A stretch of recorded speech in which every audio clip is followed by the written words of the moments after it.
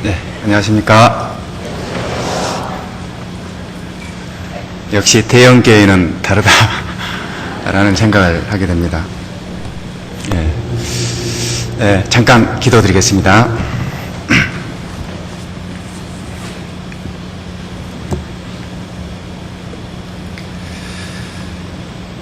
거룩하시고 자비로우신 우리를 사랑하시는 아버지 하나님, 진심으로 감사와 찬양을 올립니다. 지옥에 들어갈 수밖에 없었던 저희들을 구원해 주시기 위해서 십자가 위에서 모진 고난을 받으시고 흘려주신 그 보배로운 피로 말미암아 저희들의 모든 죄를 영원히 용서해 주시고 다시는 심판을 받지 않도록 지옥 형벌을 받지 않도록 구원해 주신 그 크신 은혜를 진심으로 감사합니다. 저희들을 또 이 참된 교회 안에 연결시켜 주시고 또 주님과 함께 신앙생활을 할 수 있도록 복된 날들을 허락해 주셔서 더욱 감사를 드립니다. 우리가 하나님 앞에 갈 때까지 또 하나님의 은혜 가운데 살 것을 생각하니 더욱더 감사를 드립니다. 우리는 정말 하나님의 도우심과 인도하심이 없다라면 한순간도 바르게 살아갈 수 없음을 너무나 잘 알고 있습니다. 우리에게 하나님의 그 크신 사랑과 은혜로 늘 충만케 해주셔서 모든 삶이 능력 있는 삶이 되게 해주시고 이제 나머지의 생을 오로지 주님만을 위해서 복음만을 위해서 살 수 있도록 늘 도와주시기를 간절히 바랍니다. 우리 형제 자매님들 각 가정마다 어떤 형편이 있을지라도 하나님을 의지하는 믿음 안에 살아가게 해주시고 신앙생활 하는데 조금도 어려움이 없도록 모든 형편을 더욱 하나님 살펴주시기를 간절히 원합니다. 우리 전주교회 목사님을 중심으로 해서 모든 형제 자매님들이 한 마음 되고 그 안에서 복음이 힘있게 증거되므로 이 교회당이 속히 차고 넘칠 수 있도록 크게 부흥시켜 주시기를 또한 기도를 드립니다. 특별히 그것을 위해서 또 내일부터 대집회를 준비했습니다. 이번에도 많은 영혼들 보내주시고 구원받는 사람이 많이 생겨서 교제 가운데 남는 분이 많이 있을 수 있도록 크게 역사해 주옵소서. 그 안에 우리 각자가 귀하게 쓰임받는 귀한 집회가 되게 해 주시옵소서. 오늘 하나님의 말씀 앞에 모인 우리들 행여나 하나님 앞에 잘못 살고 있는 부분이 있다라면 드러내 주시고 버리게 해 주시고 마음을 도록 새롭게 해 주시고 더욱 하나님을 가까이 섬길 수 있는 귀중한 시간이 되기를 간절히 바랍니다. 모든 시정을 주께서 친히 인도해 주시기를 간절히 의지하오며 주 예수님 이름으로 기도드립니다. 아멘. 예. 우리 먼저 히브리서 10장을 같이 보겠습니다.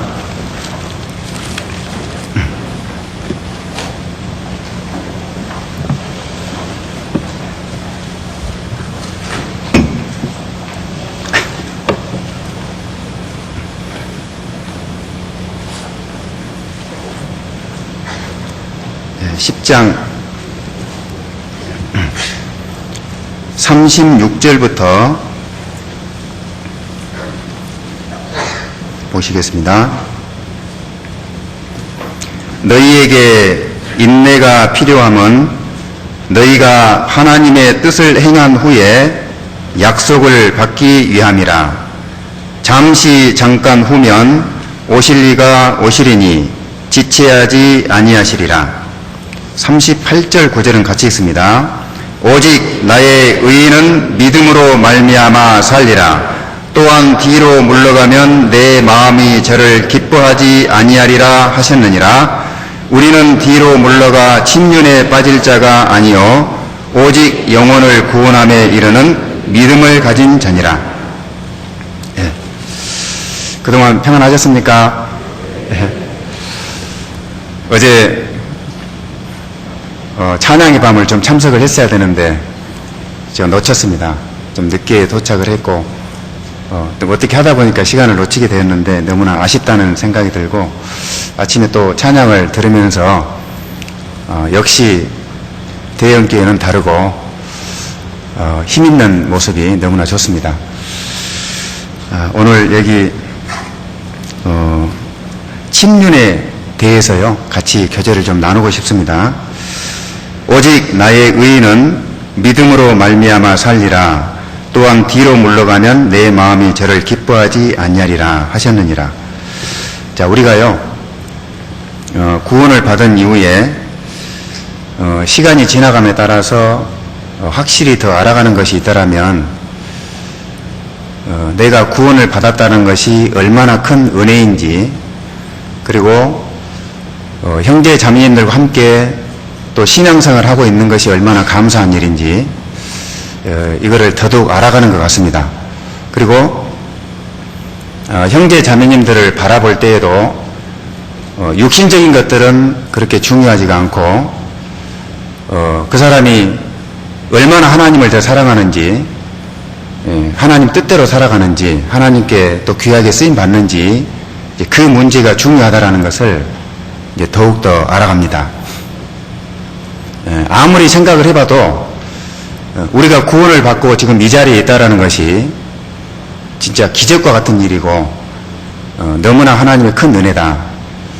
우리는 구원받기 전에 성경에 나온 대로 공중의 권세 잡은 자 마귀에 따라 살았다고 되어 있고, 또 신분적으로는 원수라고 되어 있잖아요. 그랬던 우리가 어떻게 이렇게 구원을 받아가지고 이렇게 교제 안에 있는지 너무나 감사가 되고, 또 주님을 위해서 살아야 되겠다라는 그런 생각을 계속 하게 됩니다. 에베소서 2장 5절에 보면 긍휼에 풍성하신 하나님이 그 큰 사랑을 인하여 허물로 죽은 우리를 그리스도와 함께 살리셨고 너희가 은혜로 구원을 얻은 것이라. 긍휼, 은혜가 나오는데 하나님의 긍휼하심이 없었다면, 하나님의 은혜가 없었다면 우리는 이 자리에 없을 겁니다. 긍휼이란 그 단어가요 이런 뜻이 있습니다. 사람을 너무너무 사랑한 나머지 불쌍히 여기는, 그게 바로 긍휼입니다. 그래서 긍휼이라는 단어는 사람이 쓸 수 없는 하나님께만 속한 단어다, 그렇게 얘기할 수도 있는데, 그 사랑, 그 긍휼이 없었다면 우리가 어떻게 구원을 받았겠냐 그 말이죠. 그런데 우리는 믿을 수 있는 것이 하나님 앞에 갈 때까지 또 하나님의 사랑과 은혜로 인도함을 받을 겁니다. 틀림없이 그렇게 될 겁니다. 하나님이 우리를 바라볼 때에 우리는 하나님 앞에 한 게 별거 없는 것처럼 보일 수 있지만 하나님은 그걸 너무 기뻐하시고, 또 우리가 가장 잘 되기를 바라시는 분이 하나님이시지 않습니까? 그 시편 118편에 있는 말씀처럼 여호와께서 내 편이 되사 너를 돕는 자 중에 계시니, 우리가 비록 신앙생활 하면서 실수도 하고 넘어지기도 하고 때에 따라서는 불순종의 길을 걸어갈 수도 있지만은 그럴 때마다 하나님은 위로해 주시는 말씀이 있고 또 잘해보라는 격려의 말씀도 있고 우리가 그걸 교제 속에서 깨달아 갑니다. 우리가 분명히 믿을 수 있는 것은 구원해 주신 하나님은 하나님 앞에 갈 때까지 나를 사랑으로 끝까지 인도해 줄 것이다.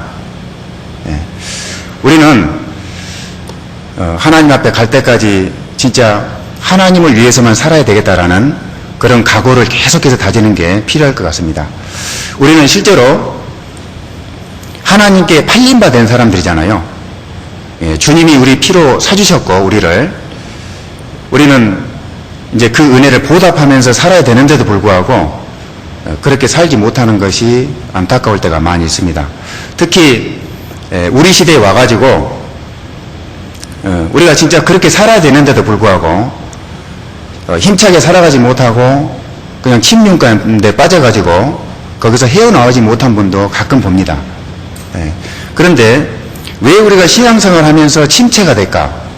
침륜이 올까? 이유는 분명히 있을 텐데 아마 그 첫 번째는 죄라고 생각을 합니다. 구원을 받은 사람이나 구원을 받지 않는 사람이나 죄는 하나님과의 교통을 막습니다. 교제가 안 되게 만들죠, 죄는. 그래서 우리가 말씀을 듣다가 내 앞에 혹시 죄가 있다라면 그걸 반드시 버리는 것이 필요하고 물론 의지가 있어야 되겠죠. 버리는 것이 필요하고 다시는 하나님 앞에 그 죄를 반복적으로 짓지 않아야 되겠다라는 그런 결심도 필요할 겁니다. 그래서 제일 중요한 것은 죄를 하나님 앞에서 버려야만이 침륜에서 벗어날 수 있다는 겁니다. 우리 그 시편 앞에 욥기를 한번 보겠습니다. 욥기 22장을 한번 보시겠습니다.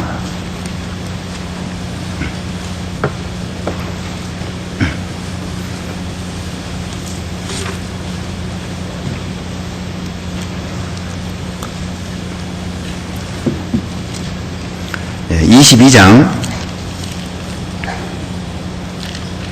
21절 한번 보시겠습니다. 너는 하나님과 화목하고 평안하라. 그리하면 복이 내게 임하리라.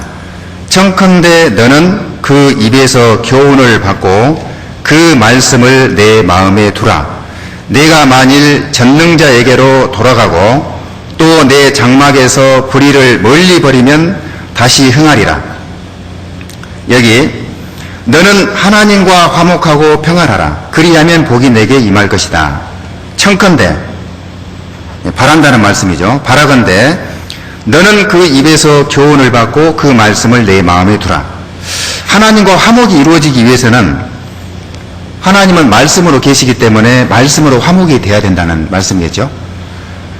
내가 만일 전능자에게로 돌아가고 또 내 장막에서 불의를 멀리 버리면, 불의는 불순종입니다. 죄입니다. 죄를 멀리 버리면 다시 흥하리라. 그래서 첫 번째는 벗어나려는 의지가 있어야 될 뿐만 아니라 말씀을 가까이 해야 되고, 그 다음에 죄를 찾아내가지고 멀리 버려야만이 다시 흥할 것이다. 시편 19편에 보면 여호와의 율법은 완전하여 영혼을 소송케 한다. 그 말씀이 있죠. 하나님의 말씀이 우리 마음을 새롭게 해주잖아요. 그래서 말씀을 마음에 두는 거, 그게 아주 중요한 문제고, 그 다음에는 죄를 멀리 버리면 다시 흥하리라. 죄는 큰 죄가 있고 적은 죄가 있는 게 아닙니다. 죄는 정말 우리가 두려워할 줄 알아야 되고, 죄는 어떤 방법으로든지 버려야 됩니다. 그러지 않으면 하나님과의 관계가 개선이 안 되겠죠. 어떤 사람들은 육신이 있는데 어쩔 수 없지요. 그렇게 얘기하는 분도 가끔 있는데, 그리스도인이 그렇게 얘기한다는 것은 합당치 않습니다. 죄는 성경에 싸워서 이기라고 그랬거든요. 죄라는 것은 이기든지 지든지 둘 중 하나입니다. 그 죄는 반드시 말씀 앞에서 내가 죄가 발견이 되면 그걸 버리려고 기도 가운데서 그렇게 했을 때, 그래야 하나님과 다시 화목이 되고 침륜에서 벗어날 수 있다.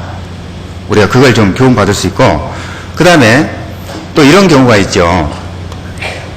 자신이 도저히 할 수 없는 부분인데 그거를 하나님께 맡기지 못할 때, 그것이 지속되다 보면 신앙의 침체기를 겪을 수 있습니다. 자기가 하려고 할 때, 맡기지 못할 때. 성경에 보면 하나님께 가장 잘 맡겼던 분이 한 분이 있는데, 대표라고 한다면 아마 다윗일 겁니다. 다윗을 보면은요, 다윗은 일생 자체가 거의 고난의 삶인데 그분은 하나님께 모든 걸 맡기는 삶을 살았다는 것을 알거든요. 성경을 통해서. 예를 들어서 사울왕이 10년 넘게 쫓아다녔습니다. 맡기지 않습니까? 죽일 수 있는 그 기회가 2번씩이나 있었는데도 불구하고 그걸 하나님께 맡겼고, 또 자기 아들 압살롬에게 쫓겨갈 때도요, 정말 그런 수모를 겪었지만은 그 부분도 하나님께 다 맡겼습니다. 나중에 시므이라는 사람이 막 쫓아오면서 돌을 던지면서 저주의 말을 퍼붓지 않습니까? 피를 흘린 자여, 비루한 자여, 가거라 가거라. 그럴 때도 하나님께 다 맡기는 장면이 성경에 나옵니다. 모든 걸 맡깁니다. 그래서 다윗이 자기의 그 심령을 이렇게 표현을 했거든요. 시편 한번 보시겠습니다. 시편 131편에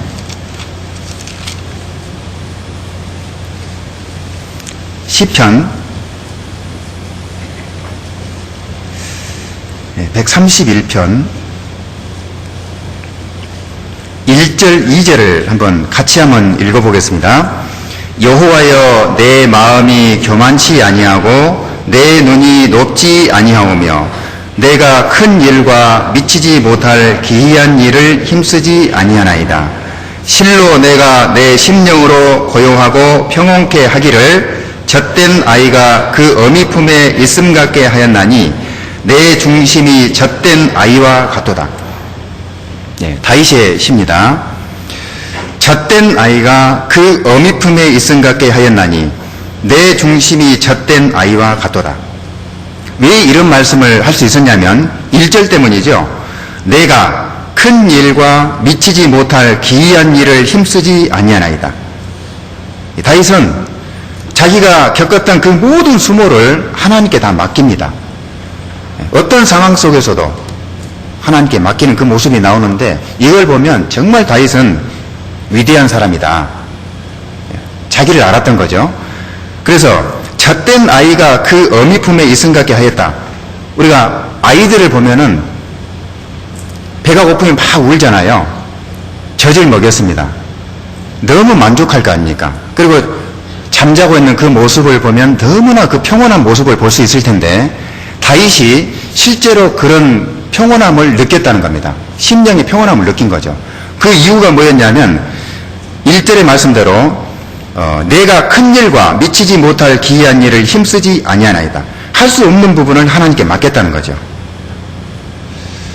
시편 37편 5절에 보게 되면 내 길을 여호와께 맡기라 그리하면 이루시고 이런 말씀이 있거든요. 맡기면 이루시고 55편에도 보면 내 짐을 여호와께 맡겨서 버리라 그런 말씀이 있습니다. 그러니까 우리가 할 수 없는 부분을 하나님께 맡기는 사람이 가장 현명한 사람이고 가장 빠른 길이다. 그런데 그것이 잘 안 되기 때문에 자칫 이제 침륜기를 겪을 수 있는 우리가 될 수 있다 그 말입니다. 그래서 할 수 없는 부분은 물론 우리가 교제도 해야 되고 때에 따라서는 목사님 만나서 상담도 해야 되고 하지만은 도저히 내가 할 수 없는 부분은 하나님께 맡기는 것이 최선의 방법이라는 것을 다시 한번 우리가 기억을 해야 되겠습니다. 그리고 그 뒤에 146편을 한번 보시죠. 146편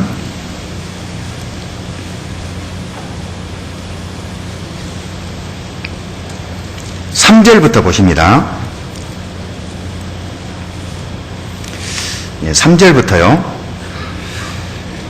방백들을 의지하지 말며 도울 힘이 없는 인생도 의지하지 말지니 그 호흡이 끊어지면 흙으로 돌아가서 당일에 그 도모가 소멸하리로다. 5절은 같이 읽습니다. 야곱의 하나님으로 자기 도움을 삼으며 여호와 자기 하나님에게 그 소망을 두는 자는 복이 있도다. 방백들을 의지하지 말며, 방백들이란 게 힘 있는 사람들이죠. 의지하지 말며 도울 힘이 없는 인생도 의지하지 말지니, 인생을 너무 기대지 말라는 거죠. 이사야 2장 끝절에 보면 너희는 인생을 의지하지 말라. 그 호흡은 코에 있나니 수에 칠 가치가 어디 있느냐. 인생을 의지해서는 같이 넘어진다는 겁니다. 우리가 생활을 할 때에 자칫 이런 경우가 있습니다. 너무 사람을 기대다 보면 나중에 실망도 커질 수가 있어요. 사람은 아무리 나에게 잘해줘도 100% 만족은 못 줍니다. 아무리 가까운 사람이라 할지라도요, 배반할 수도 있고 실망시켜줄 수도 있고. 그래서 성경은 곳곳마다 뭐라고 말씀하시냐면 인생은 절대 의지할 대상이 못 된다. 오로지 하나님께 소망을 두는 자가 복이 있다. 하나님만 의지하고 사는 것이 가장 잘하는 것이다. 그래서 5절에 자기 하나님에게 그 소망을 두는 자는 복이 있도다. 인생은 흙으로 만들어졌기 때문에 너무나 연약하고 흙으로 돌아갈 수밖에 없지요. 하나님만 의지해라. 유대인 세계에서 이런 얘기가 전해진다고 그래요. 그 사람들은 어렸을 때부터 하나님을 가르치지 않습니까? 아이가 어느 정도 크면 나무 앞으로 데리고 온다고 그래요. 아이를 좀 큰 나무 앞으로. 그래가지고 나무를 올라가라고 한답니다. 그러면 올라가려고 하지 않지 않습니까? 어떻게 해서든지 올라가게 해가지고 거기에서 이제 뛰어내리라고 한답니다. 아빠가요. 아빠가 밑에서 받아줄게. 그거 이제 안심을 하고 뛰어내렸어요. 근데 받아주지 않고 팔짱 끼고 있는 거예요. 아빠가. 그러면 물론 아이지만은 뭔가 좀 배신감을 가질 수도 있잖아요. 분명히 받아준다고 했는데 안 받아줬으니까. 그때 아빠가 아이에게 한 말씀을 한대요. 너 사람 말 믿지 마라. 사람 말 믿지 마라. 그렇게 해서 하나님을 의지하도록 가르친다고 하는데, 물론 전해져 온 얘기지만은 정말 합당하다고 생각을 합니다. 사람을 의지해가지고는 안 된다는 거죠. 그래서 자기 하나님에게 그 소망을 두는 자는 복이 있도다. 또 우리가 이제 신앙생활 하면서요, 이럴 때가 있을 수 있습니다. 모든 것을 다 접고 싶다. 다 내려놓고 그냥 교제에서 떠나버리고 싶다. 이런 경우도 있을 수 있을 거예요. 그런데 그거는 큰 잘못이죠. 교제를 떠난다는 것은 우리가 아다시피 물고기가 물에서 떠나면 죽는 거와 마찬가지로 교제를 떠나서는 우리가 신앙생활을 할 수도 없고 하나님 뜻대로 살 수도 없고요. 에레미야가 실제로 그런 경험을 했거든요. 에레미야 같은 경우는 친구들에게 대접을 못 받았고요. 자기 식구들에게도 그렇고 동네에서도 마찬가지고 자기 편이 한 사람도 없습니다. 오히려 에레미야를 죽이려고 쫓아다니고 막 구덩이에다 집어넣기도 하고 그런 고난 속에 살았는데 나중에 그 사람이 생각을 해본 거예요. 우리 한번 보겠습니다. 에레미야 애가를 한번 보시죠. 에레미야 애가 3장에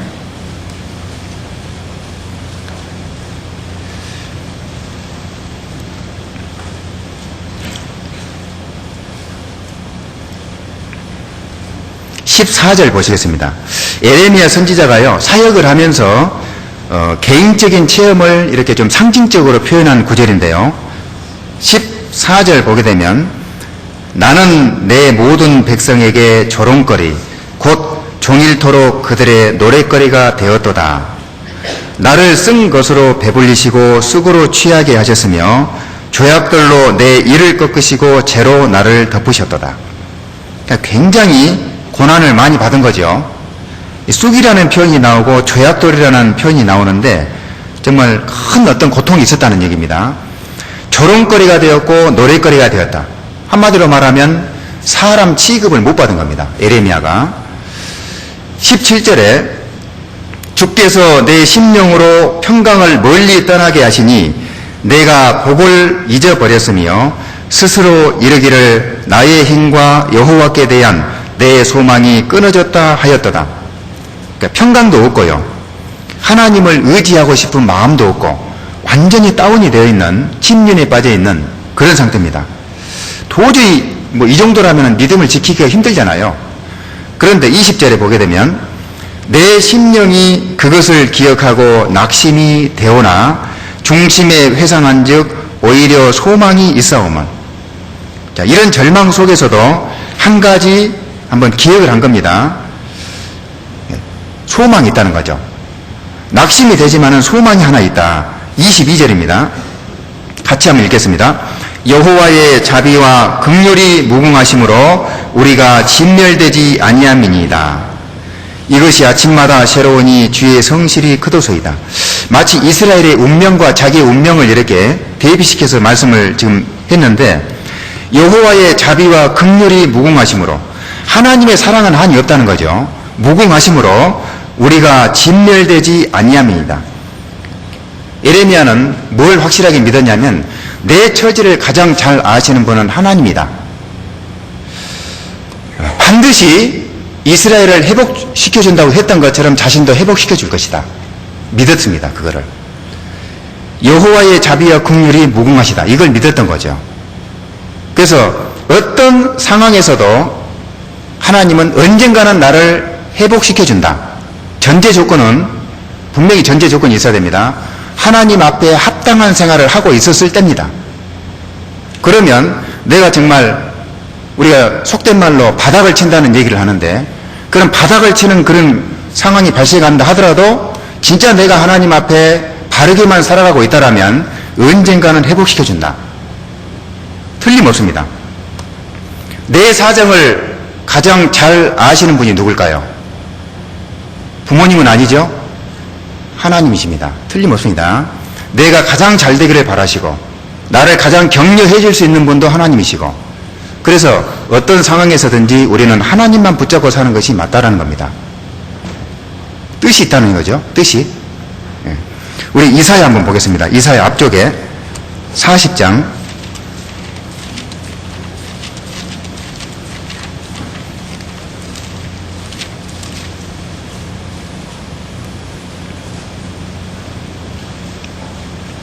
40장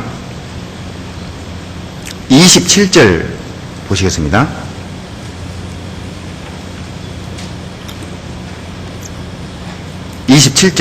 같이 한번 읽어봅니다.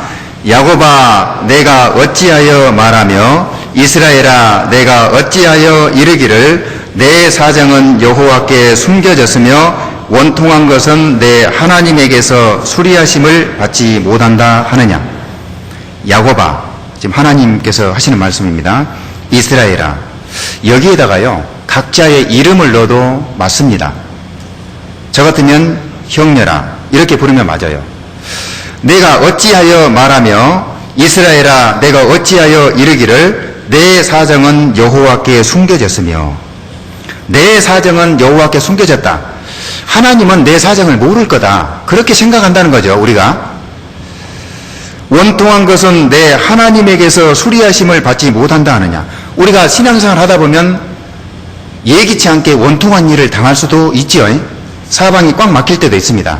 그러나 수리하심을 받지 못한다 하느냐, 이 말은 틀렸다는 거죠. 왜 하나님께서 너의 원통함을 수리하지 못한다고 믿고 있느냐.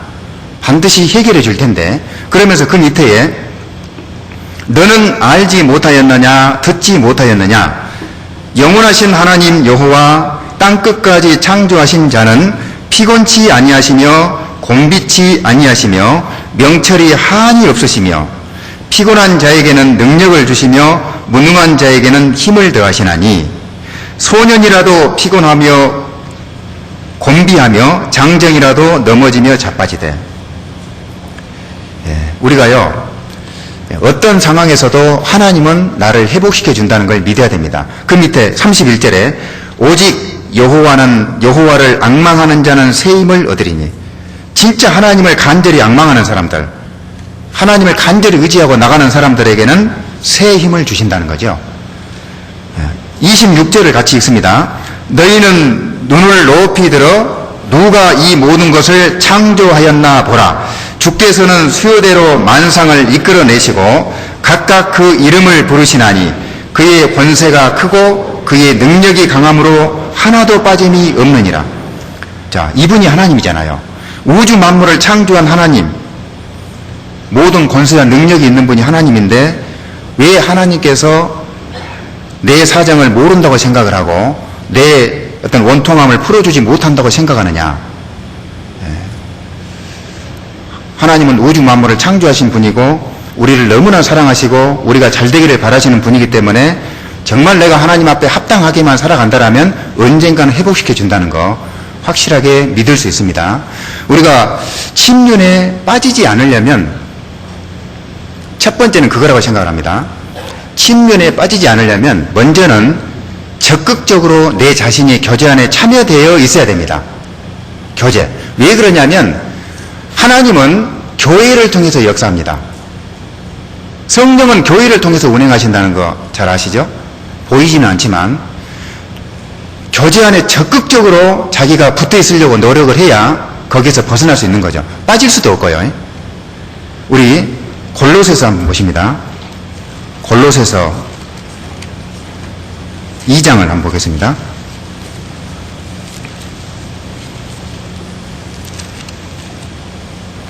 2장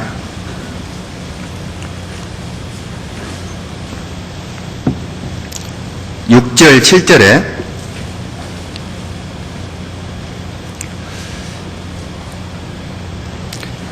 같이 있습니다. 그러므로 너희가 그리스도 예수를 주로 받았으니 그 안에서 행하되 그 안에 뿌리를 박으며 세움을 입어 교훈을 받은 대로 믿음에 굳게 서서 감사함을 넘치게 하라. 여기 보면은요, 예수를 주로 받았으니, 이제 구원을 받았으니 그 안에서 행하되, 예수님 안에서 행하라는 겁니다. 그 안에 뿌리를 박으며, 예수님 안에 뿌리를 박으며, 교제죠.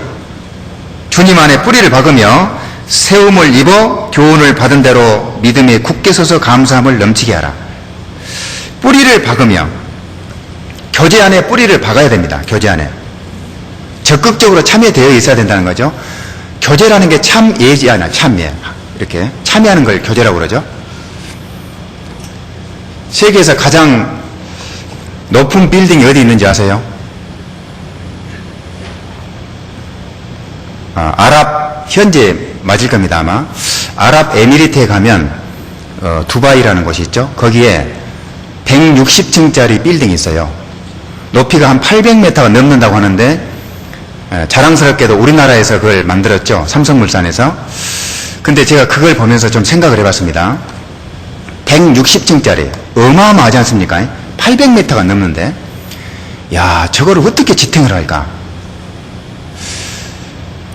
아마 모르긴 몰라도요, 아마 기초를 굉장히 튼튼하게 했을 겁니다. 아마 굉장히 깊게 팠을 거예요, 기초를. 그렇지 않겠습니까? 그게요, 우리 신앙하고도 비슷하겠다라는 생각을 하게 됐는데, 우리 신앙생활도 원리가 그렇죠. 기초가 튼튼해야 쌓는 것은 문제가 안 된다는 거죠. 그러니까 내 자신이 먼저는 정말 뿌리를 깊게 내리고 있는 거죠. 교회 안에. 기초지 않습니까? 구원받은 사람은 반드시 주님 안에 거해야 된다는 거 우리가 너무나 잘 아는 얘기인데, 적극적으로 참여되어 있어야 된다고 말입니다. 적극적으로. 그냥 주일날 되니까 수요일날 되니까 왔다 갔다 하는 것이 아니라, 우리가 말씀을 들을 때도 마찬가지입니다. 오늘 이렇게 주일 말씀이 있으면 우리가 제일 중요하게 생각해야 될 게 말씀인데, 만약에 그렇게 생각을 하고 있다라면 벌써 어제부터 아니면 그 전이라도 오늘 말씀을 통해서 나에게 꼭 필요한 말씀을 달라고 기도했을 겁니다. 그렇지 않겠습니까? 제일 중요한 문제라고 생각을 했다라면 수요일날도 마찬가지입니다. 우리가 아침에 출근하기 전에 오늘 저녁에 분명히 수요 말씀이 있을 텐데, 하나님 저에게 꼭 필요한 말씀, 저에게 위로되는 말씀, 힘이 되는 말씀을 꼭 한마디 주십시오. 그게 뭐냐면 깊게 박힌 거잖아요. 깊게. 근데 우리가 이제 그런 부분은 많이 좀 부족하지 않나. 제일 중요한 게 이제 이 시간인데도 불구하고 그걸 소홀히 하는 경향이 있습니다. 그래서 제일 중요한 것은 교제 안에 뿌리를 깊게 내리는 것. 그런 사람은 신앙의 침체기를 안 겪을 거라고 생각을 합니다. 그리고 또 하나는 우리가 하나님 앞에 실수할 수도 있습니다. 넘어질 수도 있고. 온전한 사람이 없죠. 완전한 사람이 없습니다. 불순종의 길을 걸어갈 때도 있고, 물론 징계를 받기도 합니다. 그러나 더 중요한 게 뭐냐면, 우리가 혹 실수하고 넘어졌다 할지라도 거기에서 넘어져 있는 상태가 중요한 것이 아니라요, 일어나야 됩니다. 믿고 나가야 되거든요. 그래서 히브리서 4장 끝절에 보면 때를 따라 돕는 은혜를 얻기 위하여 은혜의 보좌 앞에 담대히 나아갈 것이니라. 넘어진다 할지라도 우리가 잘못을 했으면 하나님 앞에 가가지고 그대로 드러내놓고 회개하고, 그리고 용서된 걸로 믿고 또 힘차게 살아가면 된다, 그 말이죠. 넘어져 있는 걸 하나님은 절대 원하지 않습니다. 넘어져 있는 상태는 마귀가 좋아하죠. 실수할 수 있다. 불순종의 길을 갈 수도 있다. 그러나 물론 염치는 없지만 우리가 하나님 앞에 담대히 나가서 죄를 용서받고 또 다시 신앙생활을 힘차게 하는, 그것이 우리가 잘 되면은 침륜에 빠지지 않을 수 있습니다. 그리고 또 하나는 대체적으로 보면 게으른 사람들이 침체에 빠져요. 신앙적으로. 게으름이 죄라는 거 아시죠? 게으름이 죄입니다. 게으른 사람이 침륜기를 자주 겪습니다. 잠언 한번 보시죠. 잠언 30장에 24장을 보시죠. 24장.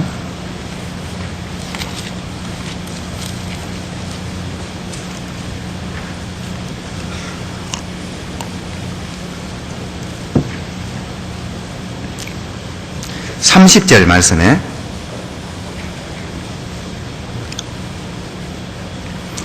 내가 중앙에, 아마 이 24장의 내용은 대부분의 학자들이 솔로몬이 기록했을 것이다, 그렇게 얘기합니다. 내가 중앙에 이게 왕의 이름이 아니고 언젠가 이런 뜻입니다.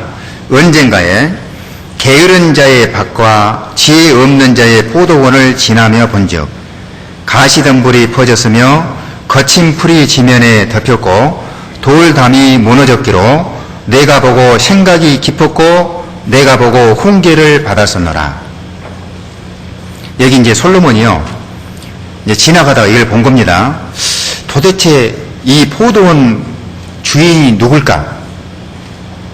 이렇게 게으를 수가 있을까? 생각을 해본 거죠. 가시덤불이 퍼져 있고 거친 풀이 지면에 퍼져 있고 그 다음에 돌담이 무너져 있다. 가시덤불이 퍼져 있으면 그거를 잘라서 버려야 되잖아요. 뿌리를 뽑아가지고 버려야 될 텐데, 그래야 이제 포도나무가 좀 잘 자랄 텐데, 그리고 담이 무너져 있으면 담을 이제 쌓아야 되지 않습니까? 그래야 짐승들이 들어갔다 하면서 이제 그 과일을 이렇게 해치지 않겠죠? 그런데 얼마나 게을렀으면 자기 것인데도 불구하고 그냥 내버려 뒀다는 거예요. 그걸 보면서 생각을 깊이 해본 거다 그 말입니다. 그리고 32절에 보면 내가 보고 생각이 깊었고 내가 보고 훈계를 받았었노라. 내가 좀 더 자자 좀 더 졸자 손을 모으고 좀 더 눕자 하니 내 빈궁이 강도같이 오며 내 곰핍이 군사같이 이르리라. 영적으로도요 다 빼앗길 수 있습니다.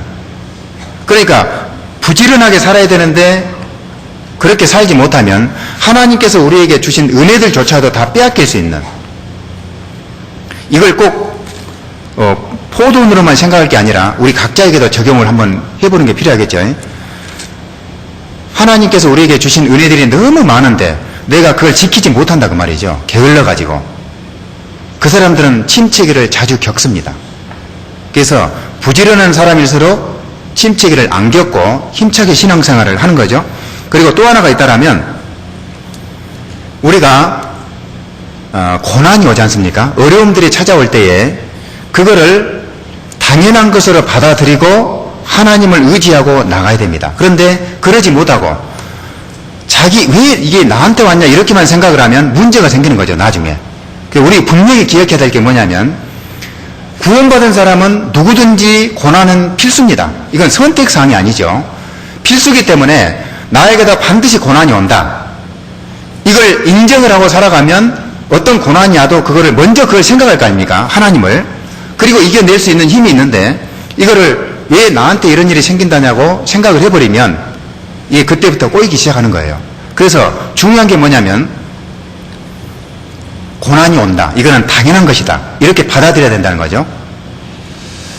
왜 그러냐면 고난 다음에는 반드시 뭐가 있냐면 영광이라는 게 있습니다. 더 좋은 것이 반드시 있습니다. 이런 말씀 우리가 너무나 자주 듣지만은 또 생각을 한번 해보는 겁니다. 영광이 반드시 있어요. 만약에 나에게 어떤 어려움이 왔을 때 그거를 즐거움으로 받을 수만 있다면 얼마나 좋을까요? 즐거움으로만 받을 수 있다면. 그런데 예수님은 실제로 그걸 즐거움으로 받으셨다고 그랬거든요. 히브리서 한번 보시죠. 히브리서 이런 말씀이 있죠. 예수님께서요 십자가에 달리셨을 때 12장에 보시면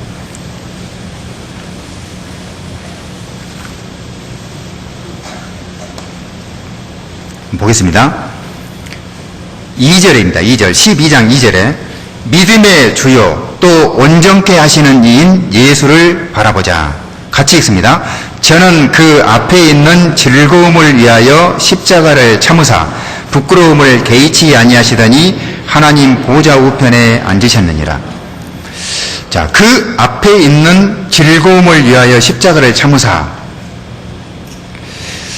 즐거워했다라는 이 표현 자체가요, 저는 처음에는 이해가 잘 안 됐는데 십자가에 달리셨는데 왜 즐거워했을까? 그 앞에 있는 즐거움을 위하여 십자가를 참으셨다. 이거는 예수님이 십자가의 사역을 완성한 이후에 많은 사람들이 구원받을 것을 생각했을 거예요. 많은 사람들이 구원받을 것을 생각을 하니까 하나님, 예수님은 그건 즐거움이 됐다는 거죠. 그걸 즐거움으로 참을 수 있었다는 거죠. 그리고 하나님의 뜻을 행하는 거잖아요, 이거는. 그러니까 하나님의 뜻을 행하는 거기 때문에 그게 즐거움이 되었을 겁니다. 그리고 또 하나는 거기 있는 말씀처럼 하나님 보좌 우편에 앉으셨느니라. 나중에 부활 승천하신 다음에는 영광 받을 걸 생각하니까 그게 즐거움이 되었겠죠. 그래서 그를 즐거움으로 참으셨다 그랬는데 이제 우리도 이 길을 가지 않습니까? 그래서 우리도 진짜 살아가면서 정말 어떤 어려움이 왔을 때 그걸 오히려 즐거움으로 이걸 참는다면 얼마나 좋을까. 예수님이 십자가 고난을 받기 전날 밤에 보면은요, 정말 모욕을 당하고 얼굴에 침뱉음을 당하기도 하고 그런 수모를 겪었잖아요. 이사야 50장에 보면은. 그리고 이제 나중에 십자가에 달리셨을 때도요, 밑에 사람들이 계속 조롱합니다. 예수님을 쳐다보면서 욕하고요. 슬픈 얘기가 하나 있습니다. 예수님이 십자가 위에 달리셨을 때 양편의 강도들도 욕했다는 거 아십니까? 강도들도 예수님을 욕했어요. 물론 그 중에 한 사람이 나중에 회개해서 구원을 받았지만 처음에는 둘 다 예수님을 욕했습니다. 네가 하나님의 아들이라면 너도 구원하고 나도 구원해봐라. 같은 처지잖아요. 잠시 후면 죽습니다. 같은 사형수에 처진데도 불구하고 참 그거 보면은 너무나 악해요. 사람들이요. 십자가에 달리셨는데 같은 처지인데 같은 사형수인데 욕을 해요. 예수님 편은 한 사람이 없었습니다. 예수님 편은. 그런데 그 가운데서도 우리를 위해서 기도했고 즐거워했다. 사실 우리는 참 그렇게 하기가 너무 쉽지 않은데 어차피 우리는 그 길을 걸어가는 사람들이기 때문에 그렇게 생각하는 것은 맞을 겁니다. 그래서 베드로전서 한번 보시겠습니다. 베드로전서 2장에 보면 베드로전서 2장 22절에 저는 죄를 범치 아니하시고 예수님을 말합니다. 그 입에 괴사도 없으시며 욕을 받으시되 대신 욕하지 아니하시고 고난을 받으시되 위협하지 아니하시고 오직 공의로 심판하시는 자에게 부탁하시며 그랬죠. 그래서 21절에 그랬잖아요. 이를 위하여 너희가 부르심을 입었으니 그리스도도 너희를 위하여 고난을 받으사 너희에게 본을 끼쳐 그 자취를 따라오게 하려 하셨느니라. 그러니까 예수님도 그 고난을 받았지만 여기 말씀대로 심판하시는 자에게 부탁하시며 하나님께 다 맡긴 거죠. 그리고 오히려 즐거워했습니다.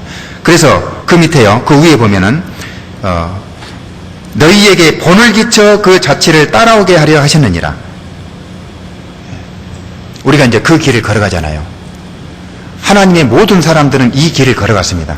고난을 자처했죠. 즐거움으로 따라갔거든요. 우리도 이제 이 길을 이제 따라가는 사람들입니다. 그래서 고난이 오면 이거는 당연한 것으로 얘기하지 자기에게만 온다고 생각을 하면 문제가 생기기 시작한다고 말입니다. 그래서 그게 침륜으로 몰고 오는 거죠. 우리가 분명히 기억해야 될 게 있습니다. 고난이 없으면, 어려움이 없으면 하나님께 찬양이 흘러나오지가 않습니다. 진정한 찬양 말입니다. 감사. 어려움을 진짜로 한번 당해봐야 그 안에서 어떤 속에서 우러나오는, 한번 보겠습니다. 시편 13편에 한번 보시면 다윗이 그랬거든요. 시편 13편에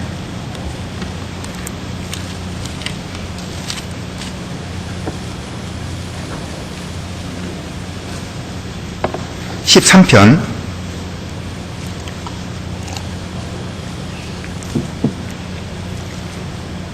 1절부터 여호와여 어느 때까지니까 나를 영영히 잊으시나이까 주의 얼굴을 나에게서 언제까지 숨기시겠나이까 내가 나의 영혼에 경영하고 종일토록 마음에 근심하기를 어느 때까지 하오며 내 원수가 나를 쳐서 자긍하기를 어느 때까지 하리이까. 다윗이요, 지금 무슨 일인지는 모르겠지만 어느 때까지니까 계속 하나님께 기도를 하고 있는데 기도 응답이 없는 거죠. 하나님은 침묵하고 있다 그 말입니다. 어느 때까지 하오며 어느 때까지 하리이까. 그런데 이제 5절에 보면 4절부터 봅니다. 4절 두렵건대 나의 원수가 이르기를 내가 저를 이기었다 할까 하오며 내가 여동될 때에 나의 대적들이 기뻐할까 하나이다. 참 두렵다는 거죠. 원수들이 자기를 이겼다고 생각할까 봐 두렵다. 5절에 나는 오직 주의 인자하심을 의뢰하였사오니 내 마음은 주의 구원을 기뻐하리이다. 결국은 하나님을 의지함으로 해서 그 어려운 상황을 해결받게 됩니다. 그래서 6절은 같이 있죠. 내가 여호와를 찬송하리니 이는 나를 후대하심이로다. 이제 나중에 하나님을 찬송하잖아요. 그리고 하나님이 나를 대접해 준 거구나, 후대하셨구나, 그때 깨달은 겁니다. 그래서 여호와를 찬송하리니 이는 나를 후대하심이로다. 그래서요, 어떤 어려움이 없으면, 고난이 없으면 열매도 없고 진정한 감사도 없고 찬양도 없고, 그래서 어려움이 오는 것은 정말 어떻게 보면은 좋은 것이다. 하나님이 나를 대접해 주고 있는 것이다. 그렇게 받아들이면 틀림없을 겁니다. 그 손양훈 목사님 아시죠?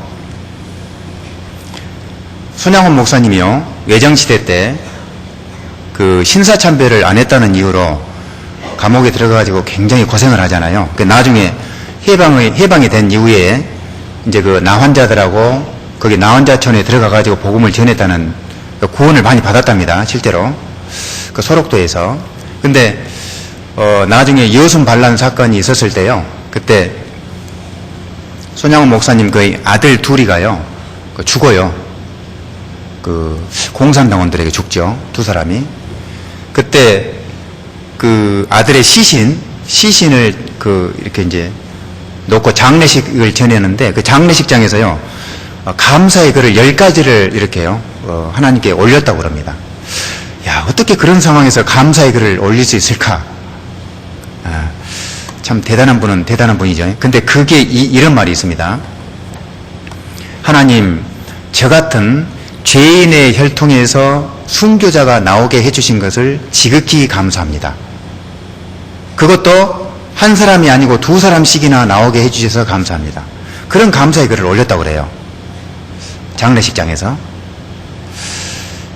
참 대단한 분인데, 이제 그걸 보면은 어려울수록 감사가 나올 수 있다는 걸 또 배울 수 있거든요. 어려울수록. 우리가요, 신앙생활을 할 때에 신앙생활은 절대 막연한 게 아닙니다. 실제의 상황이지 않습니까? 맞습니까? 신앙생활은 실제 상황입니다. 오늘 우리가 열심히 살면 영원한 세계에서 보상이 반드시 달라요. 그렇잖아요. 스펄전 목사님이 이런 말씀을 했더라고요. 하나님을 믿든지 아니면 하나님을 믿지 말라고 권하고 싶다. 그런 말을 했어요. 좀 표현이 이상하죠? 하나님을 믿든지 하나님을 믿지 말라.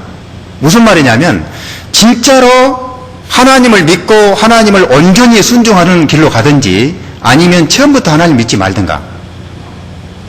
이 성경책을 토시 하나까지 믿든지 아니면 전부 믿지 마라. 그런 말을 했더라고요. 극단적인 표현이죠. 근데 그게 맞는 겁니다. 이 성경책을요, 토시 하나까지 다 믿고 행하려고 하든지 아니면 처음부터 성경책을 멀리 하든지, 정말 구원을 받았다면 둘 중에 하나 해라 그 말입니다.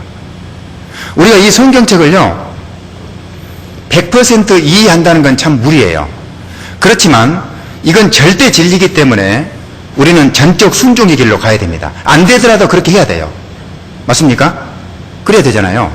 성경책을 주신 이유가 그건데, 자, 하나님 분명히 살아계시고 성경도 사실이고 천국과 지옥도 분명히 있고 예수님이 십자가 위에서 다 이루었다 하셨을 때 내 죄는 영원히 끝났고, 우리 확실하게 그걸 믿죠?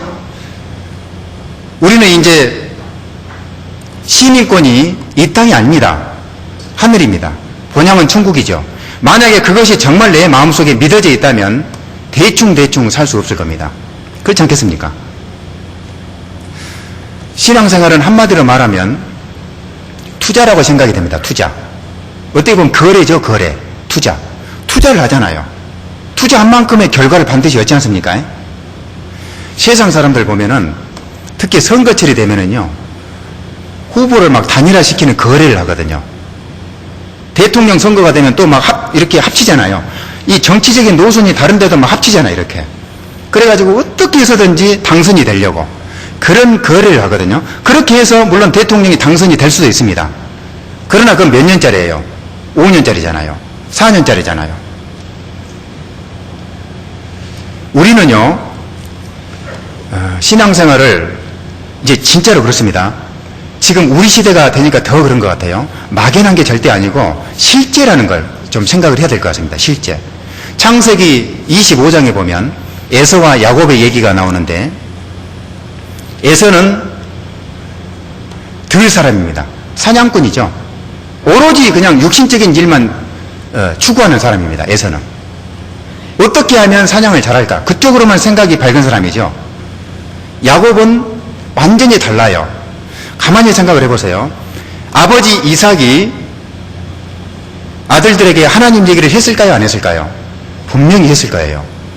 아브라함도 하나님의 사람이고 야곱도 하나님의 사람인데 자기 자식들에게 그걸 안 가르쳤겠습니까? 구원에 대해서 얘기를 안 했겠습니까? 얘기했겠죠. 근데 에서는 한 귀로 듣고 한 귀로 흘러버린 거예요. 온통 그의 머리는 사냥밖에 없습니다. 육신적인 생각밖에 없는 거예요. 야곱은 다르지 않습니까? 정형한 사람인데 생각이 굉장히 깊어요. 어떻게 사는 것이 가장 최고의 삶을 사는 것이냐, 어떤 것이 헛된 삶이냐 확실하게 캐치를 했던 사람입니다. 그리고 그렇게 살려고 발버둥 쳤던 사람이 야곱이에요.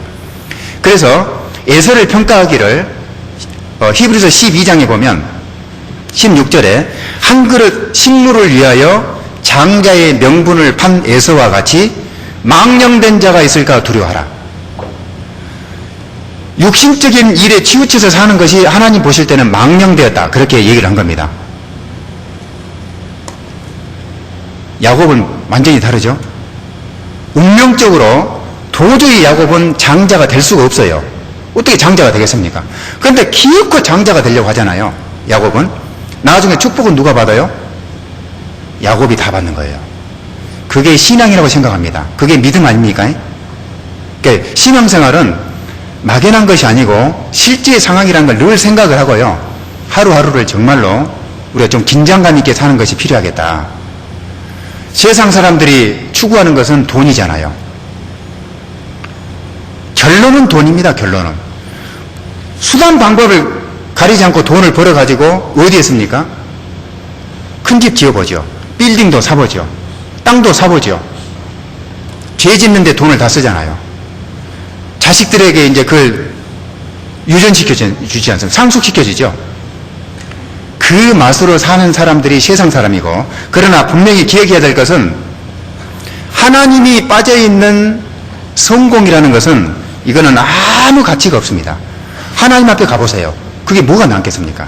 우리는 다르지 않습니까? 우리는 이 세상이나 세상에 있는 것들을 사랑치 말라. 누구든지 세상을 사랑하면 아버지의 사랑이 그 속에 있지 아니하니 이는 세상에 있는 것이 육신의 정욕과 안목의 정욕과 이생의 자랑이니. 육신의 정욕과 안목의 정욕과 이생의 자랑이니. 세상은 정리하면 그렇게 됩니다. 육신의 정욕, 안목의 정욕, 이생의 자랑. 보는 건 다 갖고 싶어 하지 않습니까? 그 세상은 이게 돈과 쾌락이 있기 때문에 그 자칫 그쪽으로 끌려간다고요. 자칫 우리도요.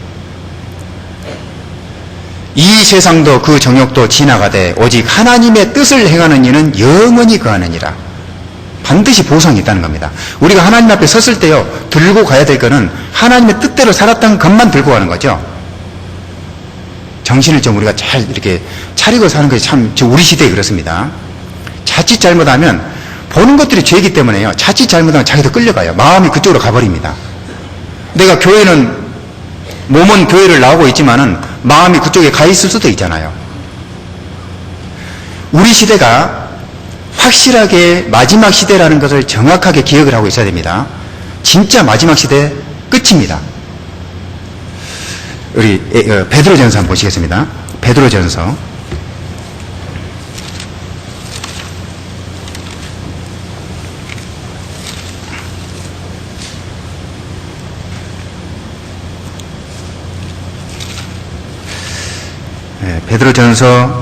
4장을 보겠습니다. 4장.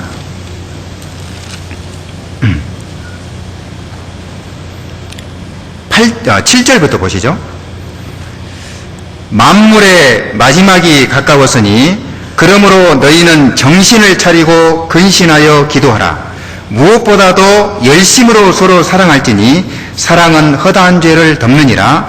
서로 대접하기를 원망 없이 하고 각각 은사를 받은 대로 하나님의 각양 은혜를 맡은 선한 청지기같이 서로 봉사하라. 만물의 마지막이 가까웠으니 정신을 차리고 근신하여 기도하라. 아마 이거는 우리 시대에 가장 필요한 말씀이 아닌가 싶습니다. 정신을 차리고 근신하여 기도하라. 무엇보다도 열심으로 서로 사랑할지니. 왜 그러냐면 교회 안에서도 사랑이 식어질 수 있기 때문에 서로 사랑할지니. 그리고 9절에는 서로 대접하기를 원망 없이 하고 서로 대접하라는 겁니다. 그리고 10절에 서로 봉사하라. 그 위에 보면은요, 5절, 6절의 내용이 뭐냐면, 이게 지금 노아 홍수 얘기를 여기다 거론을 했거든요. 왜 갑자기 하나님께서 노아 홍수 얘기를 여기 두 구절을 여기다 집어넣어놨을까? 이거는 분명히 그런 뜻이 있을 겁니다.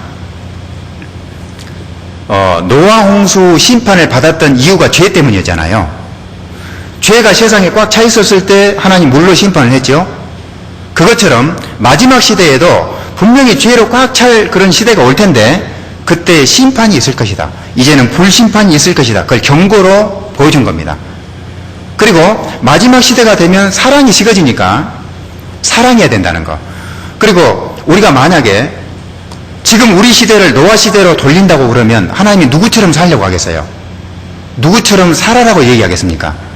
너도 노아처럼 살아야 된다 그러지 않겠습니까? 성경에 노아는 의인이요 당세의 완전한 자라 하나님과 동행했다고 되어 있잖아요.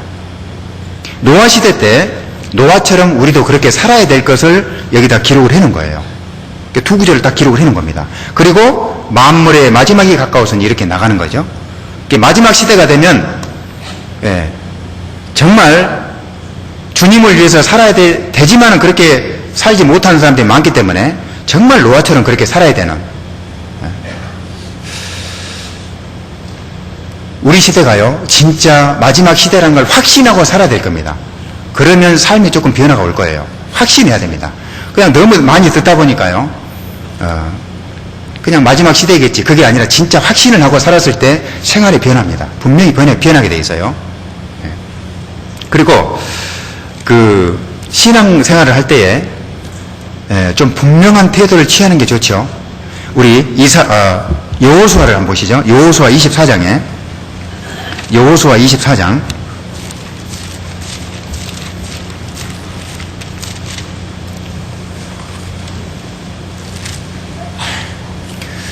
여호수아 24장을 한번 묵상을 해보면 참 좋을 것 같아요. 24장 1절에 여호수아가 이스라엘 모든 지파를 세겜에 모으고 이스라엘 장로들과 그 두령들과 재판장들과 유사들을 부르매 그들이 하나님 앞에 보인지라.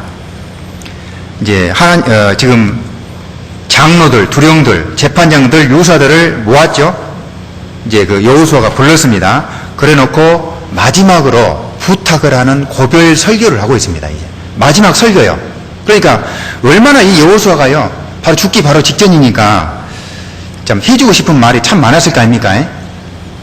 그 중에서도 제일 아마 중요한 얘기를 또 하고 싶었을 거예요. 마치 그 유언과 같은, 엑기스와 같은 그 중에 이런 말씀이 있어요. 14절에 보게 되면 같이 있습니다. 그러므로 이제는 여호와를 경외하며 성실과 진정으로 그를 섬길 것이라. 너희의 열조가 강 저편과 애굽에서 섬기던 신들을 제하여 버리고 여호와만 섬기라. 여호수아가요, 그러므로 하나님이 우리를 이렇게 은혜 가운데 인도해 오셨지 않았느냐. 그러므로 이제는 여호와를 경외하며 성실과 진정으로 그를 섬길 것이라. 왜 이런 말을 여기다 기록했을까요? 여호수아는 실제로 그렇게 살았다는 거예요. 우리에게도 부탁을 하는 겁니다. 성실과 진정으로 그를 섬길 것이라. 성실이 뭡니까? 성실. 꾸준한 거죠. 처지일관. 어떤 일이 있어도 하나님의 뜻으로 받아들이고 꾸준하게 신앙생활 하는 거. 우리가요, 구원받은 지 연수가 사실은 그렇게 중요한 건 아니에요. 구원받은 연수가 뭐 20년, 30년, 40년 되었으면 뭐 할 거예요? 만약 이 자리에 없으면 아무것도 아니잖아요. 성실이 최고입니다. 어떤 어려움이 있어도 하나님의 뜻으로 받아들이고 그냥 이 자리를 지키는 거. 그 사람이 제일 잘한 거죠. 신앙생활은 이거는 단거리 경주가 아니고 마라톤이기 때문에요. 누가 빨리 달렸느냐 그게 중요한 게 아니죠. 마라톤이잖아요. 그러니까 내가 혹시라도 정말 연약한 믿음을 가졌다 할지라도 교제 안에 붙어있는 것이 제일 잘하는 겁니다. 그게 성실이요. 그래서요 여기 성실과 진정으로 그를 섬길 것이라 여호와만 섬기라. 그러면서 15절에 만일 여호와를 섬기는 것이 너희에게 좋지 않게 보이거든 너희 열조가 강 저편에서 섬기던 신이든지 혹 너희의 거하는 땅 아무리 사람의 신이든지 같이 읽습니다. 너희 섬길 자를 오늘날 택하라. 오직 나와 내 집은 여호와를 섬기겠노라. 택하라 그랬죠. 섬길 자를 택하라. 뭐 단순히 여기에서요 우상을 섬기지 말고 하나님만 섬겨야 된다 그런 의미 이상의 뜻이 있을 거예요. 하나님만 섬겨야 된다. 자기는 그렇게 했다는 거죠. 그리고 후손들도 그렇게 가르쳤을 거 아닙니까?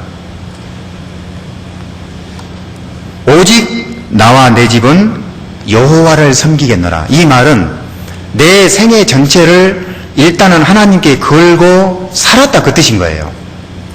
내 생애 전체를 여호와를 섬긴다는 것은 내 생애 전체를 하나님께 걸고 나머지는 맡기는 거죠. 그리고 이제 하나님을 위해서 열심히 사는 겁니다.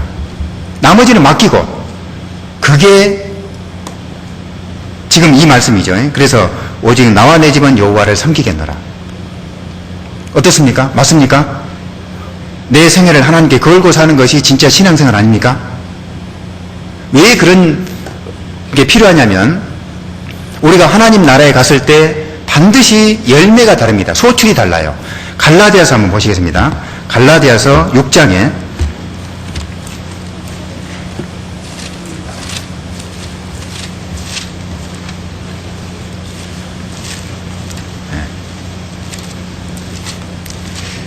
6장 보시겠습니다. 7절 스스로 속이지 말라. 하나님은 만홀히 여김을 받지 아니하시나니 같이 읽습니다. 사람이 무엇으로 심든지 그대로 거두리라. 개인적으로 저는 이 말씀을 굉장히 좋아하는데요. 사람이 무엇으로 심든지 그대로 거두리라. 구원받은 이후에는 우리는 계속 심잖아요. 오늘도 지금 심지 않습니까? 우리가 밭에 이렇게 채소를 심을 때도 대충 안 심어요. 나무 한 그루 심을 때도 대충 절대로 안 심습니다. 반드시 따져가면서 심어요. 땅이 좋은지도 봐야 되고 햇빛이 잘 들어오는지도 봐야 되고 바람이 잘 통하는지도 봐야 되고 이걸 키웠을 때 열매가 많을지 적을지 그것도 다 곰곰이 생각을 해서 나무를 심잖아요. 무엇으로 심든지 그대로 거두리라. 심지도 않았는데 거둔다는 건 있을 수가 없습니다. 이건 진리잖아요. 심어야 소출이 생깁니다. 심어야. 신앙이 그렇죠. 심지도 않았는데 열매가 어디가 있습니까?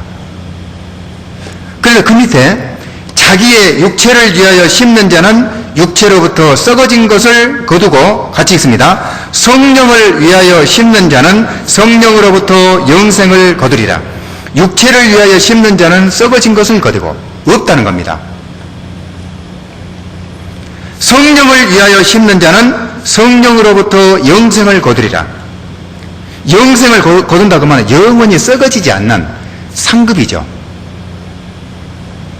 이거를 진짜 우리가 정말 사무치도록 기억을 하고 있다라면 이기기를 다투는 자마다 모든 일에 절제하나니 그 말씀처럼 어떤 일이든지 우리가 정말 그 감사함으로 이겨낼 수 있다고 생각을 합니다. 그래서요, 성령을 위하여 심는 자는 성령으로부터 영생을 거둔다. 이 말씀을 꼭 우리가 기억을 했으면 좋겠습니다. 스포츠 선수들 가만히 봐보세요. 스포츠 선수들. 이 사람들이요, 그냥 대충 해가지고 스타가 되는 게 아니라고요. 안 그렇던가요?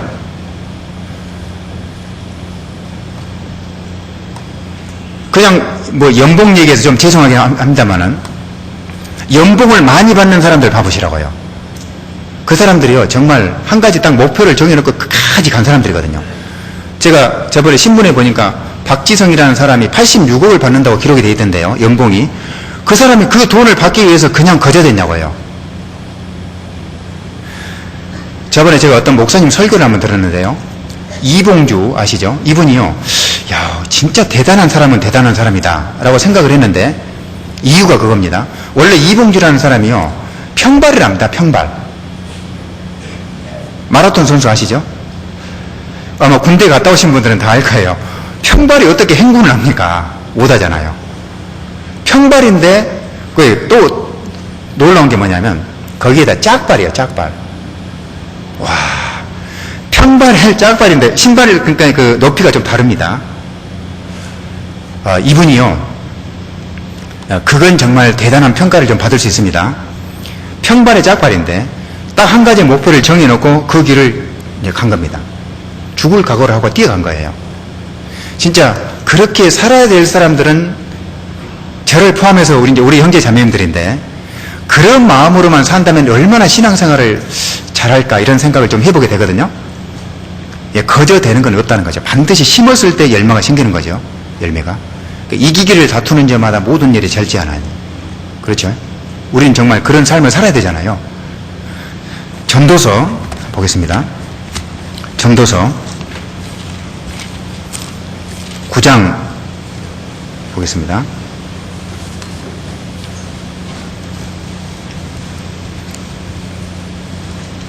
10절 말씀.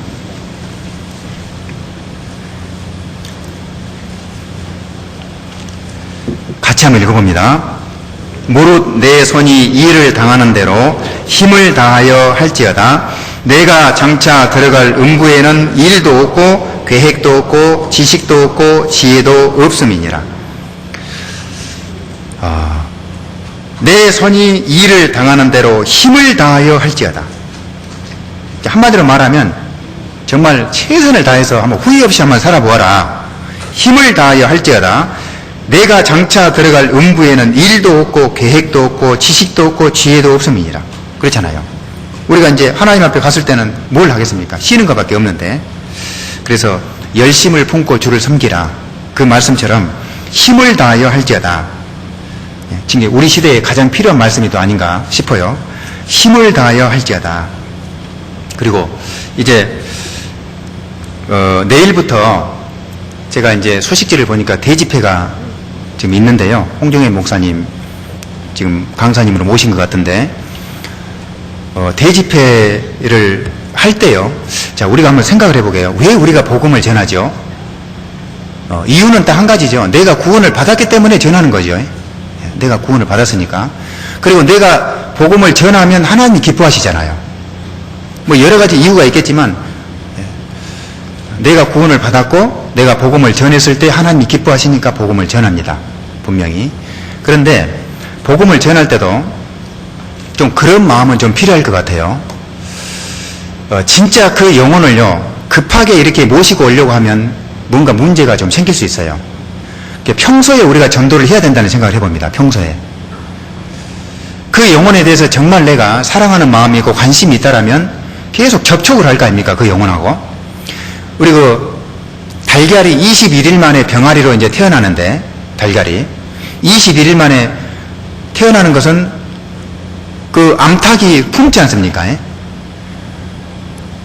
달걀은 그 아무 생명체가 없는데 품었더니 태어난 거예요. 그게 뭐냐면 관심입니다. 관심. 사랑이죠. 그러니까 사랑으로 품었더니 생명체가 나오는 것처럼 영적인 생명도 똑같다고 생각을 합니다.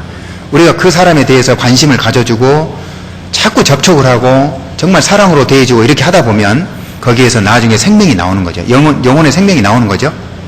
그래서 평소에 우리가 접촉하는 것이 맞고, 또 복음을 전할 때는 담대하게 전하는 게 맞을 겁니다. 담대하게. 복음을 전하면서 절대 우리가 기죽을 필요는 없지요. 그런데 왜 앞에 가가지고 입을 못 대는 분들이 있는데 담대하게 전하는 거죠. 하나님이 사실 그걸 보기 원하십니다. 우리 그 이사야 한번 보시면 이런 말씀이 있습니다. 이사야의 51장 한번 보겠습니다. 이사야 51장.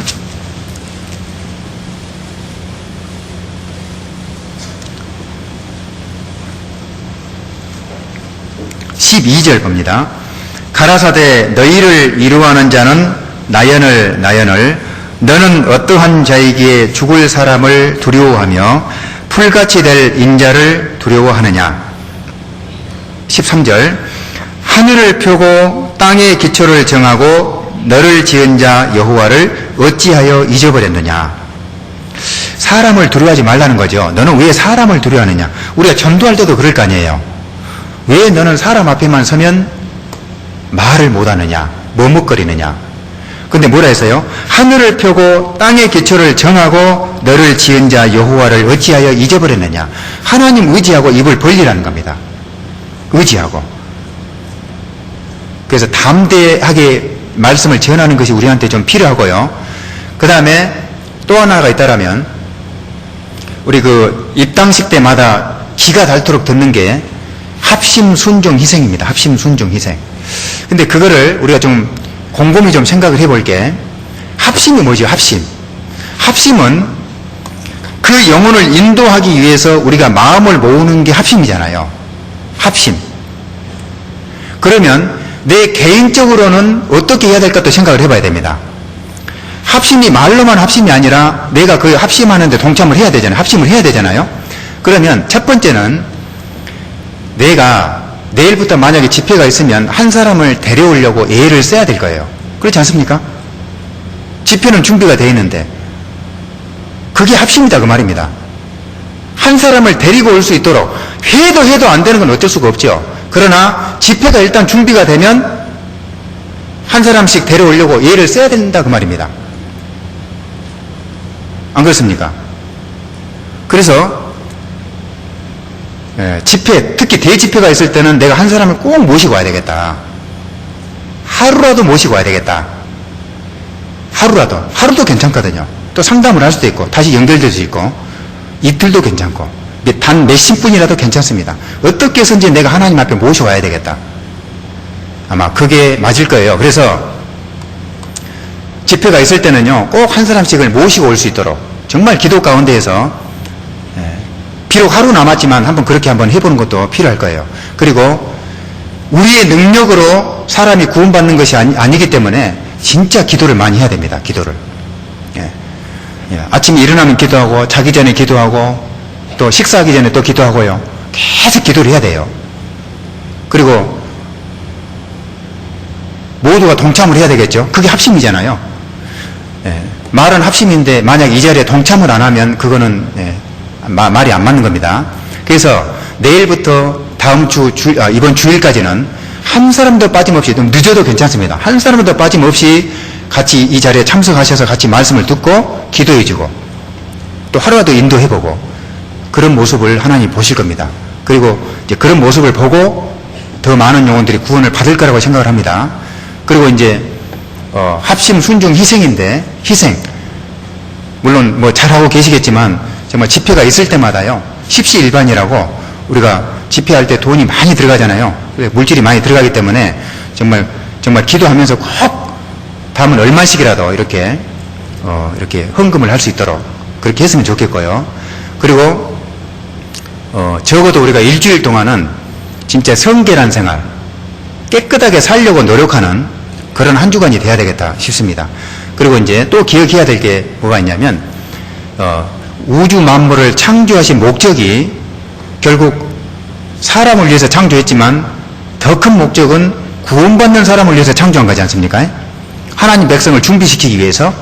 그러면 내가 한 사람을 인도해가지고 그 사람이 구원을 받았다. 혹 구원을 못 받았다 하더라도 내가 여기를 인도했다. 그러면 분명히 거기에 대한 보상은 있을 거예요. 그러지 않겠어요? 심는 대로 반드시 결과는 옵니다. 그래서 제가 저번에 그 어떤 목사님 그 설교 중에 누가복음 19장에 문화 비유를 이렇게 듣는데요. 참 그때부터 제가 생각이 많이 바뀌었습니다. 상급에 대한 생각이. 누가복음 19장에 이런 내용이 나옵니다. 한 문화를 받았어요. 시 사람이 한 문화를 받았는데 어떤 사람은 10문화를 남긴 거예요. 어떤 사람은 5문화를 남겼습니다. 어떤 사람은 수건에 싸뒀어요. 그러니까 똑같이 구원을 받았는데 어떤 사람은 10문화를 남겼다는 그 말입니다. 근데 10문화 남긴 사람에게 하나님이 뭐라고 칭찬을 해주냐면 10고을 다스릴 권세를 준다고 그랬습니다. 10고을. 5문화 남긴 사람에게 5고을을 준다고 돼 있고, 1문화 남긴 사람에게는 책망했잖아요. 그러면 10문화 남긴 사람이 10고을을 차지하는 거니까 1문화 남겼을 때 1고을이잖아요. 그러면 고을 같으면 여기 전주시가 1고을이라고 생각했을 때 나는 하나님 앞에 그냥 열심히 산다고 했는데, 오늘 열심히 산다고 했는데 1고을을 줬다. 근데 이 한 문화가요, 그때 당시 돈으로 20일치 품삯이니까 현재 우리 돈으로 계산하면 한 150만 원, 200만 원 될 겁니다. 한 문화가. 그러니까 나는 150만 원밖에 안 남겼는데 하나님은 전주시를 줬다 그 말입니다. 상급으로. 그런 거를 왜 성경에다 기록해 놨을까요, 하나님이? 아마 우리가요, 하나님 앞에 갔을 때 아마 상상을 초월할 수밖에 없는 그런 상급을 받지 않을까. 나는 그렇게 성실하게 살지 않았다고 생각했는데 엄청난 상을 하나님이 주지 않을까. 그런 생각을 해보게 됩니다. 그래서 이제 기회잖아요. 이 집회가 있으면 기회라고 생각을 해야 됩니다. 영혼을 인도할 수 있는 기회. 그래서 그 집회가 좀 그렇게 해서 잘 됐으면 좋겠습니다. 상급도 좀 생각을 하자고 말입니다. 그래서 오늘 제가 마지막 시대가 되면 될수록 침륜에 빠지는 사람들이 이제 많이 생기는데 우리가 이길 수 있는 방법이 무엇인지 좀 생각을 해봤습니다. 같이 기도하고 마치겠습니다.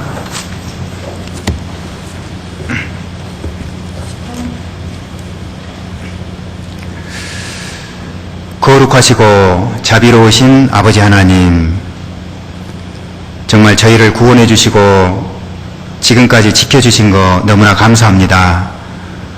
신앙생활 하는데 조금도 불편하기 없게 해주시고 또 지금까지 주님을 섬기게 해주신 거 너무나 감사를 드립니다. 오늘 하나님 말씀을 배웠던 것처럼 정말 우리가 침륜에 빠지는 사람이 되지 아니하고 적극적으로 교제에 붙고 또 혹 우리가 불순종의 길을 걸어갔다 할지라도 담대히 하나님께 나아가고 더욱 부지런하게 살고 어떠한 고난이 올지라도 그걸 이상하게 여기지 아니하고 하나님의 뜻으로 받아들이고 우리가 그런 마음을 품고 살아감으로 날마다 힘차게 살아가는 우리가 되기를 간절히 원합니다. 내일부터 시작되는 집회에 주님 크게 역사해 주시고 특별히 말씀을 대언하시는 홍정희 목사님에게 건강 지켜주시고 하나님 말씀을 유감없이 전하게 해 주옵소서. 우리가 그 가운데 귀하게 쓰임을 받고 정말 많은 열매들을 보므로 우리가 기뻐하고 하나님께 감사하는 시간들이 될 수 있도록 도와주옵소서. 모든 것을 하나님께 의지합니다. 주 예수님 이름으로 기도드렸습니다. 아멘. 찬송가 354장을 하겠습니다.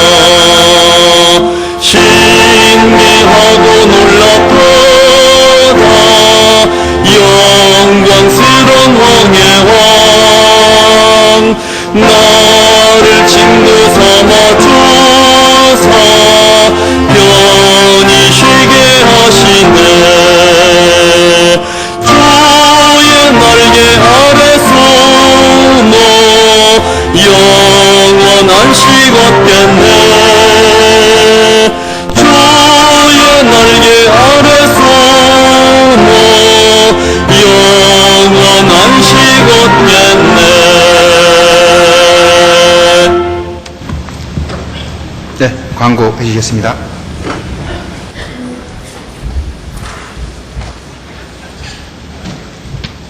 안녕하세요.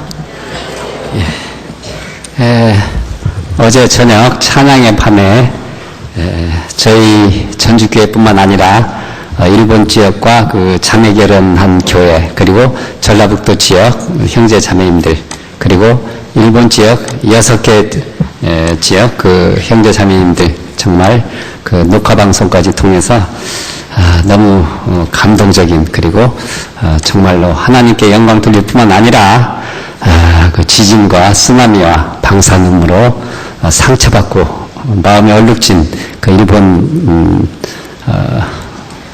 잃어버린 그 영혼들을 위한 간절한 기도와 마음에 애끓는 마음과 그 사랑이 저희 마음속에 울려 퍼지는 귀한 찬양의 밤을 잘 주님 은혜 가운데서 마칠 수 있었습니다. 찬양대 너무 수고하셨고 전주 남북교 부부교회가 함께 연합으로 3개월간 많은 고생과 수고를 치렀습니다. 참 주님께서 너무나 기쁘게 그 찬양을 받으셨을 것으로 그 입술의 제사가 귀한 열매가 이렇게 맺어진 걸로 생각이 됩니다. 찬양대 형제 자매님들 너무 수고하셔서 그 참 어제 그 음성이 밤새도록 잠을 못 잘 만큼 감격과 흥분을 저희가 가질 수가 있었습니다. 세상의 어떤 음악과 또 다른 것은 구원받은 영혼이, 자녀들이 하나님께 찬양하는 그 귀한 순간이 아니었나, 이렇게 저희가 생각을 하고 있습니다. 너무 수고하셨습니다.